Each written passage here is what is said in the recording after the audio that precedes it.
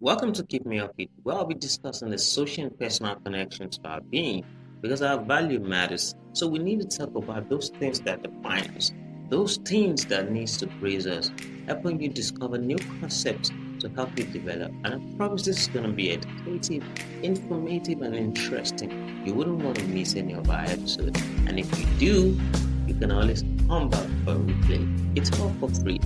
Just please subscribe to this channel and help share among your loved ones. And also follow us on our Instagram page. Keep me updated. Are you ready for today's episode? Let's ride. My name is Tony.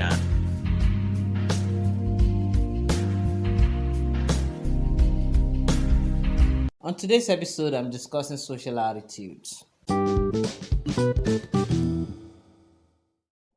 I've come to the realization that the majority experience their existence in a visually impaired manner. That's why someone could say they are the way they are for the justification of being human. I don't think anything justifies you being human at the detriment of defiling others of their own person. You can't, because you want to express yourself or communicate your grievances to others and cause them harm by defiling their person. You need to take into consideration that your attitude reflects who you are as a person. This is what people identify you with. This is what people know you on. So your attitude is everything about you. So you must take good care of your attitude. So your social attitude is like holding on to an etiquette, a discipline. Emotionally, it's your EQ, your emotional intelligence on how to express yourself in an environment, to people, and what you're communicating on. You don't just express yourself because you want to express yourself. You must learn to understand that in expressing yourself, who are you directing it to? What are you talking about?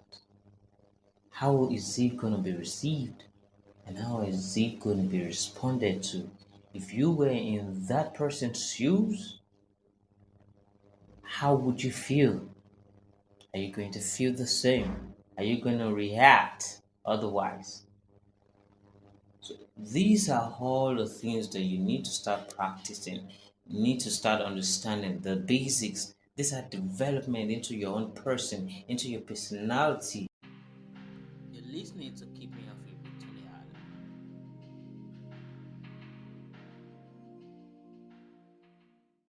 Island. Attitude is a dependent on your mental instruction. The instruction you give to your mentality to be in obedience of as per the projection of your mind.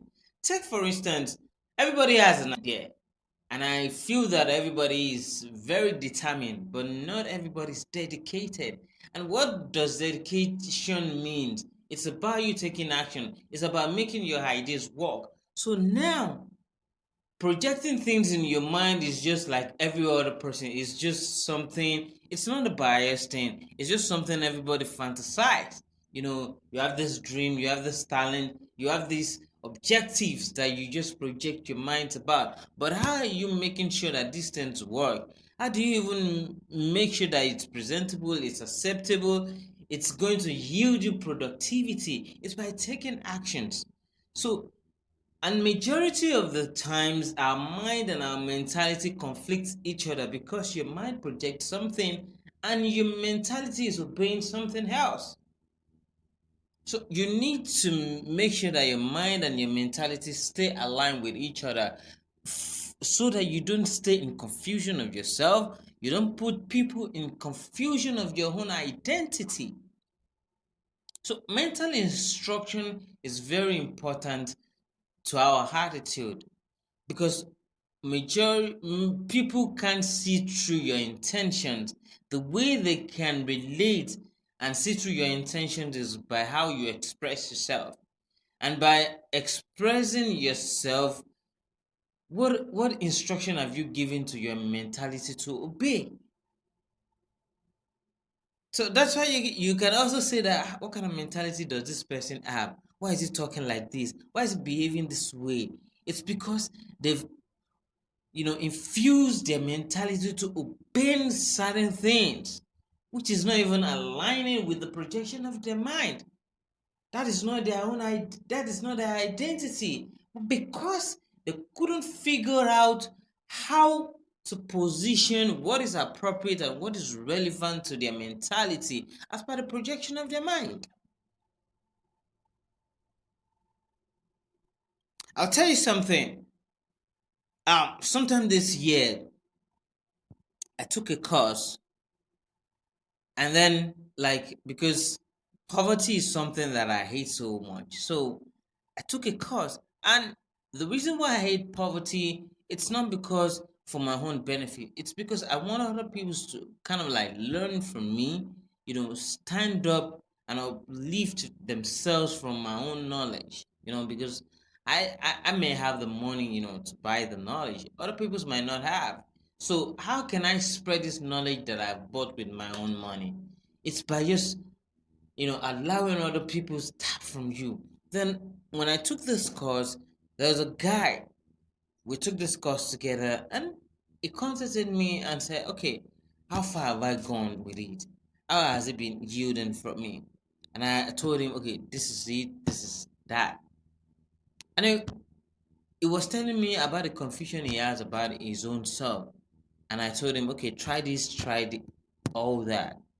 That's because he has infused into his mentality that he wants to make this work. He wants to succeed. So by that induction, he's seeking for help. He's not secluding, fantasizing his own ego. And when you are in a social space, you must be diligent enough to understand that people focus on how you express yourself, how you carry yourself, how you communicate with themselves. So in your communications, you must have empathy. You must have consideration of other people. When you talk, in your talking, let people understand that you are also listening to them. In Dale Carnegie's book, How to Win Friends and Influence People, it's said to be for people to be interested in you, you must be interested in them. How do you think you can solve people's problem? How do you think that whatever you are communicating with them is something that they will be interested in, to even listen to? And when they even listen to, do you even think they will accept it? To you, is what you are communicating on, is it presentable? Is it acceptable? Is it worth the time? So social attitude is not just about how you express yourself, it's about the instruction you give to your mentality. It's about what you believe, what you infuse, the beliefs you infuse into your mentality, in order for your attitude to absorb that in the expressions. Because everybody can see through your intentions. So people justify your intentions by how you express yourself. I've gone to a lot of seminars, workplaces, organizations, gatherings, and I see a whole lot of differences. And from my own expectations, I always feel like they should all be the same thing. But I saw that the settings were different. There are some gatherings you go, and when you leave, you feel that touch, that deep touch of change. Even though change is constant, you feel that touch of change that, oh, this is necessary, this is appropriate, this is relevant. And then you go to some gatherings, the kind of change you feel, depreciates the kind of person you are. It it makes you regret everything you do. So in attitude, you must learn to instruct your mind on what to obey.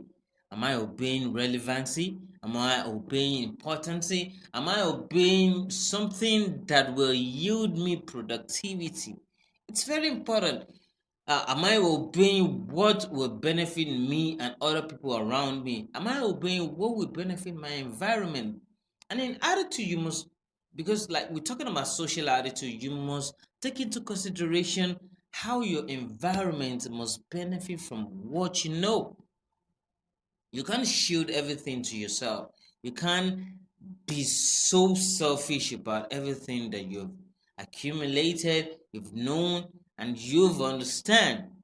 Spread the word, either by you selling them, either by you giving up for free, either by you engaging people.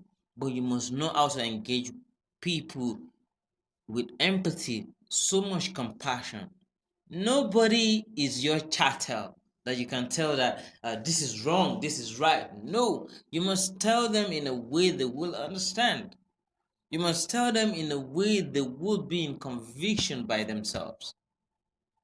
No one can convince you more than you can do. I might come up with my own suggestion, with my own opinions, with my own teachings, but it's left for you to figure out what is convincing for you in whatever I've presented to you. So by that conviction, you decide your acceptance. You decide the acceptance. By that conviction, you decide if it's worthwhile the time. By that conviction, you understand a whole lot of things about yourself. So ensure that whenever you engage with people, when you are in an environment, when you are in an organization, be it a workspace, be it just a social space for events, or so, learn to learn to know how to communicate with people. Nobody's your chattel.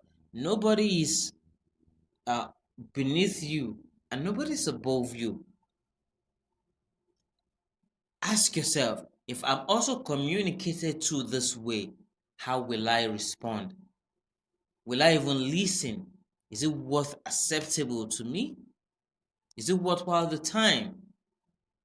Is it something that if I apply my strength, my time, my effort, is it going to yield me productivity? One thing you need to understand that we are humans that understand benefits. We do not have to deceive ourselves or being deceitful of that perception or perception. We are human beings by benefit. So how we understand our benefits, or how we define our benefits, is what differentiates us from ourselves, is what makes us very unique from ourselves. But it doesn't make us wrong or right person.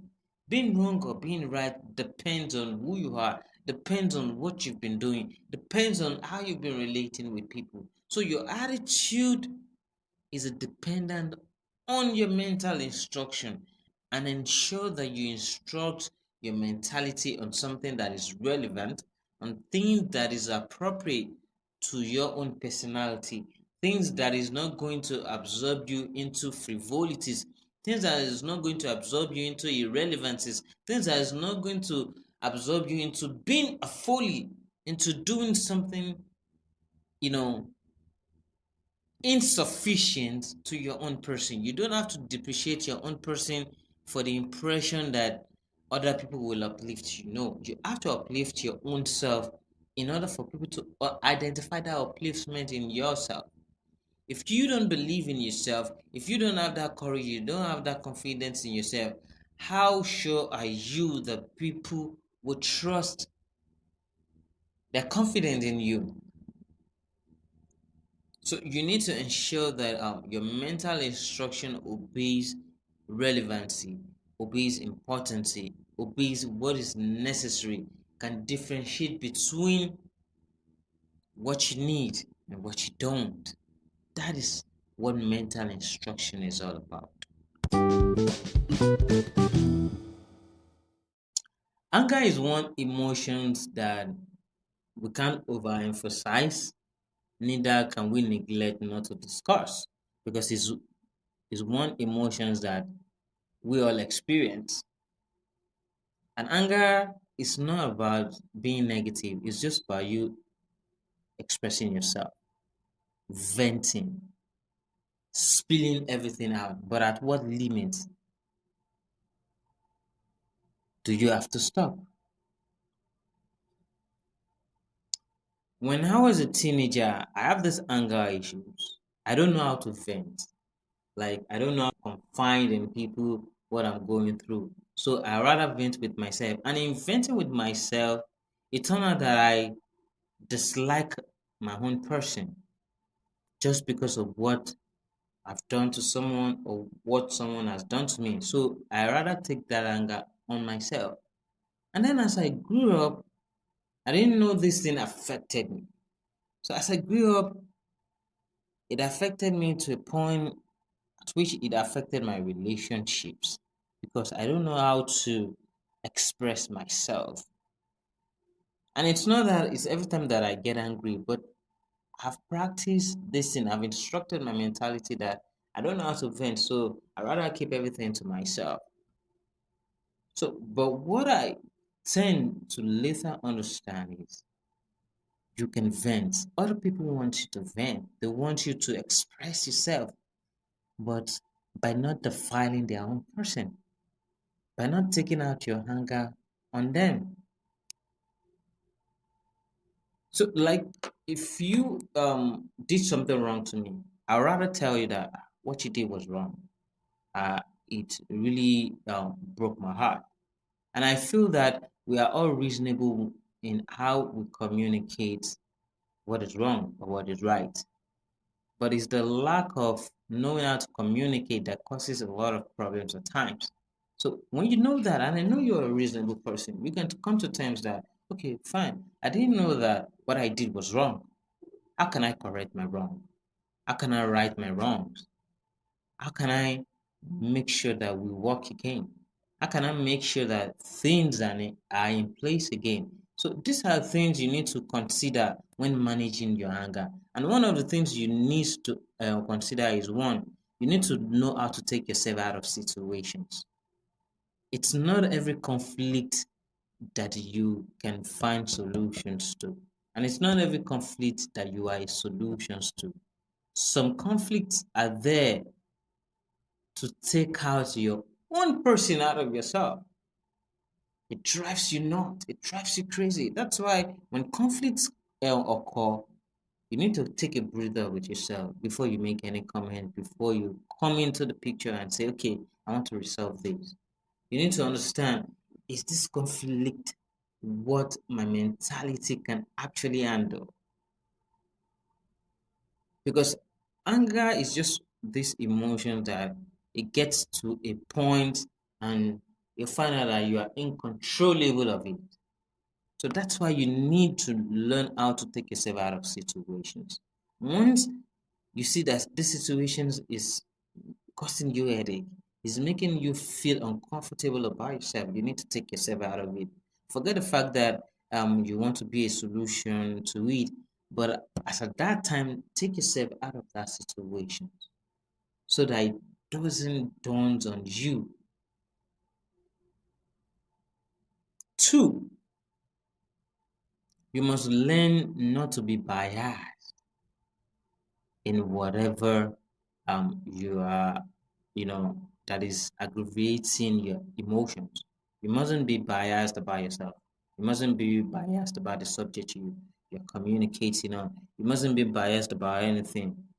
Express it as it is, exactly as it is, not as how you feel about that other person or by how you feel about that thing that happened to you, but I express it by how it actually happened so that it's understandable by every party that is listening and that is coming into the picture to profile you a solution. And thirdly, in anger management, you must know how to discuss your anger. Majority of us, we don't know how to discuss our anger. We just feel that it's just a vent, and you need to learn how to vent. Venting is not about you yelling or about you shouting. It's about you saying everything this thing is causing you pain for. It's about you expressing your grievances as you are, so that the help that you need will come to you. That is the purpose of expressing our emotions. It's not about Expressing our emotions is not that we want to cause any other person's harm. It's because we want to express how we feel so that we can get the help we need. Because when you don't express how you feel, you possibly won't get that help. And in not getting that help, it puts you in jeopardy of your personality, puts you in jeopardy of life, puts you in jeopardy of your passion, of your confidence, of everything about you, which you don't want to be absorbed in, which you don't want to be submerged into. So in controlling your anger, most especially in a social space, this is a space whereby you're expressing yourself, you know, in to to get connections, to collaborate with people. And one of the things people also focuses on is how you resolve issues.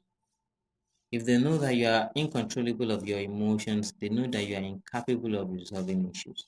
But when they see that you know how to take yourself out of situations and then bringing back the solutions, and also knowing how to communicate situations or your emotions, you seem fit of the solution. So they will trust every solution you bring in. So being in management of your anger or your emotions is very important to your social attitude, because these are all assumptions. What is absorbed by your attitude? This is what your expressions portray out there that make people depict, wow, I'm interested in this person. I'm interested in the subject you're saying. I'm interested in everything that you are doing. You can't fix a problem you don't acknowledge. So the five conflict resolution strategies, what's the essence of it for your attitude? This is just educating yourself on how to portray yourself when it comes to expressing or communicating whatever you're talking about. And one of these strategies, the first one is avoiding, taking yourself out of situation, taking yourself out of conflict in order to provide solutions, in order to resolve conflict.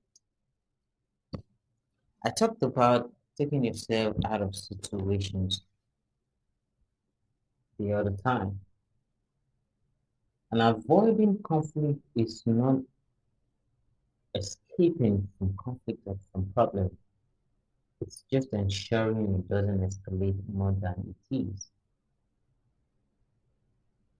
Take, for instance, you are called upon to come resolve two of your team who have conflict with each other. How do you come into the picture? Do you just dump your emotions on them as being biased or being judgmental just because you like one party than the other? I feel that is wrong most times. The right thing to do in that kind of situations is to stay clear of how much likeness you have for any of them. What you need to take into consideration is allow your emotions process what the problem is. Allow your emotions understand what is going on here. Don't dump your emotions on them. Don't be quick about your opinion on people. Don't be quick about your advice or your motivations on people. You don't have to allow your emotions make other people look fully of themselves. Rather, make them understand the situation. Make them understand what they've expressed as emotions. So by avoiding more conflict, you must stay neutral. You must understand that problem, because at that point that they are expressing their emotions, they don't care what the problem is or if they want to resolve it. They just want to spew out that emotion. So it's now left to you because you need to resolve it. To take yourself out of that conflict, listen to the problem, understand the problem, then infuse a solution by not being biased, not being judgmental, resolving it by how it should be resolved. Tell them, do they understand that this conflict is affecting the progress of the team objective? Tell them how this will make a difference if they continue like this. Ask them appropriate questions, ask them relevant questions. Don't dump your opinions on them. Allow them to process all of what they've expressed. Allow them to redigest and then say what they feel. Then you can start negotiating the way forward. But by being judgmental, by being biased, you are just there and then you just want to state your opinion that, hey, what you did was wrong, what you did was right, and I feel like as your superior, you have to do this, you have to do that, and you just move on. No, you don't allow situations just slip like that, like it never happened. As long as you avoid escalating the issue, the situations, it's worth resolving. That is what avoiding conflict is all about. And according to my own experience, I feel like taking yourself out of that situation is helpful in resolving that situation. It's helpful in bringing in solution. It's helpful on how you handle the implementation of the solutions to that situation. And the second one is competing.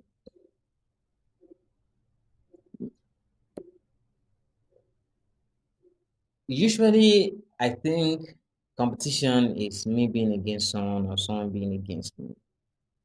But until now that I understand that we have so many telecommunications and they have their own subscribers. In short, each of them has one customer that has one of their SIM cards individually. Why? If these networks are against each other, do you think any customer will want a SIM card of this telecommunication and intend to have another one? No. It's about competition, it's about growth, it's about development, it's about okay, the people that I'm serving, do I understand what they need? What am I putting in the forefront even before them needing it? What am I laying down in dedication? So these are what competition comprises of. It's about development, growth, understanding your vulnerability and appreciating it, and growing up from there.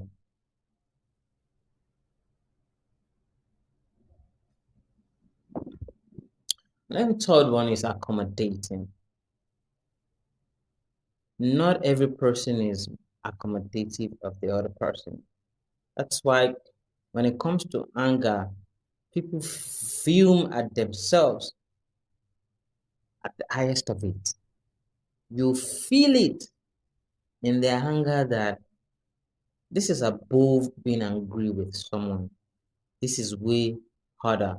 This is this is too deep. When you smell pinch of hatred and anger expression, you know that this is so deep. So not everyone is accommodative of the other person. We feel irritated by the presence of another person, and I'm still yet to understand why. Do you feel too good about yourself that makes other people very irritative in your presence? You need to accommodate people by understanding first that we are humans before the title of our positions. But if you are treating people by the title of our positions before realizing they are humans, you fail. You hurt someone, you defile someone's personality, you cause havoc into another person's life. So, how do you accommodate people? Let them understand that you are treating them as humans. Let them understand that you are communicating to them as humans before the title of each and every person's title positions. Everybody wants to feel important about themselves. And through that is by not checking them out of their own person. Don't chicken them out because you are superior to them in position.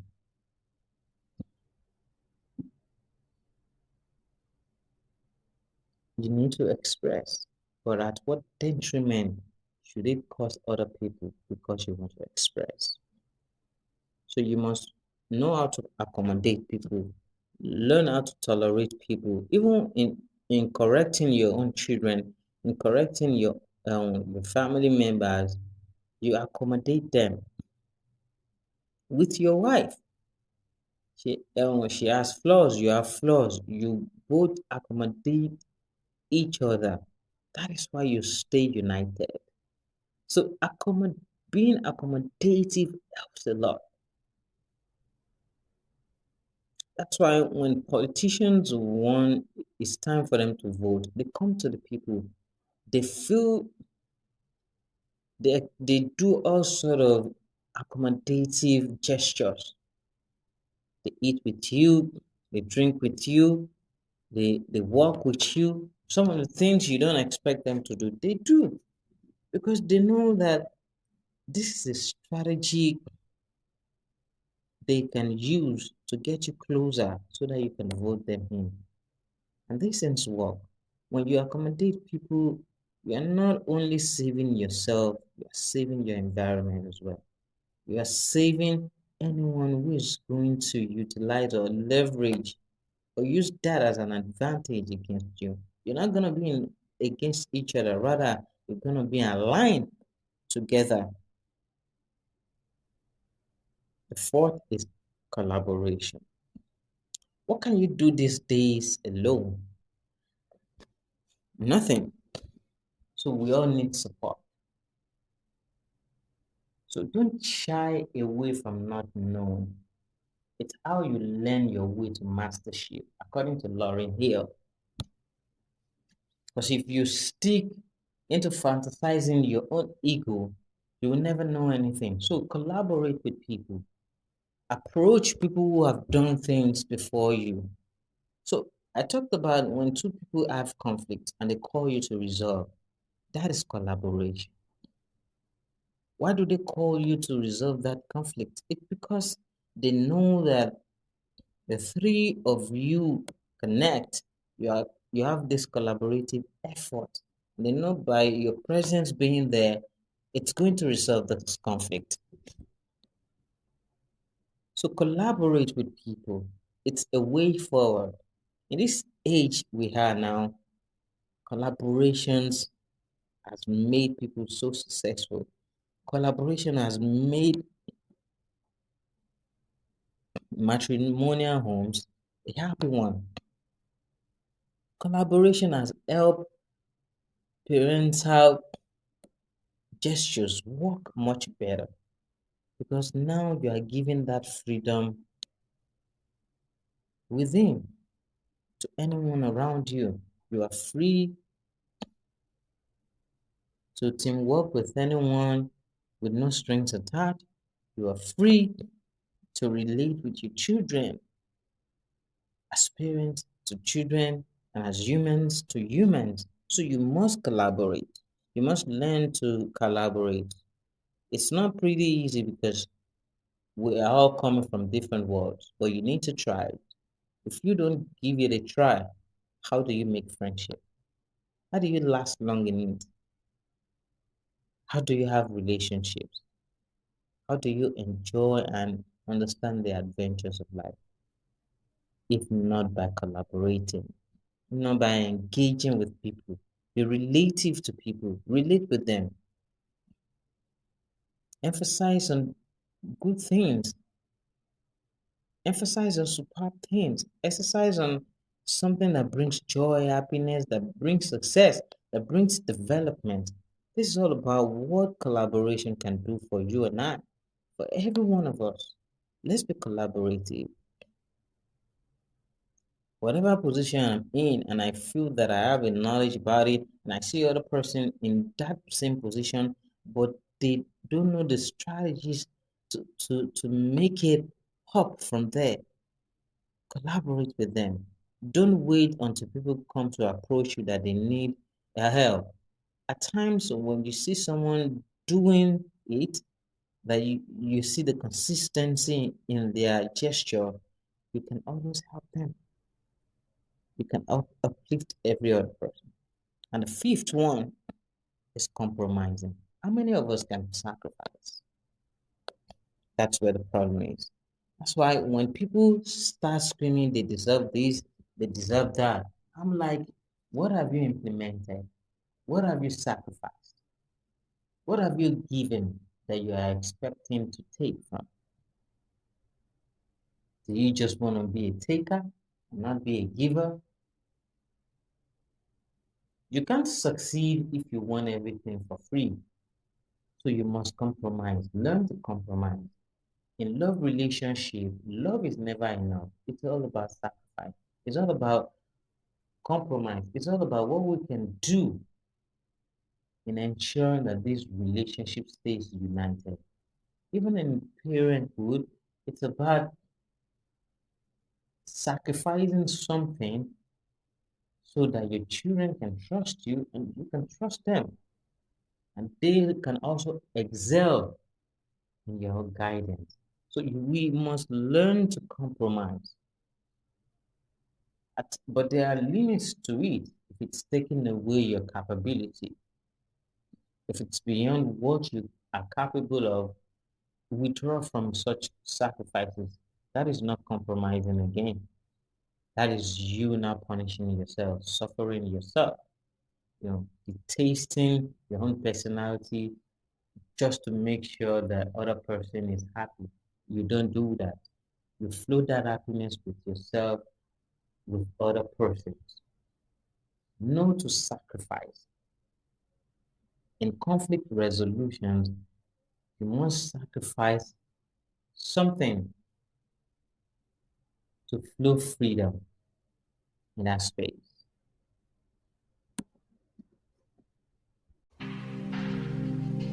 I hope you enjoyed today's episode on Keep Me Off It. You can always have a replay of this episode and every other one on this channel. And please don't forget to subscribe and share among your loved ones. And also follow us on our Instagram page, Keep Me Off It. Let's continue the conversation in the comment section. Until I come your way next time, have a fabulous moment.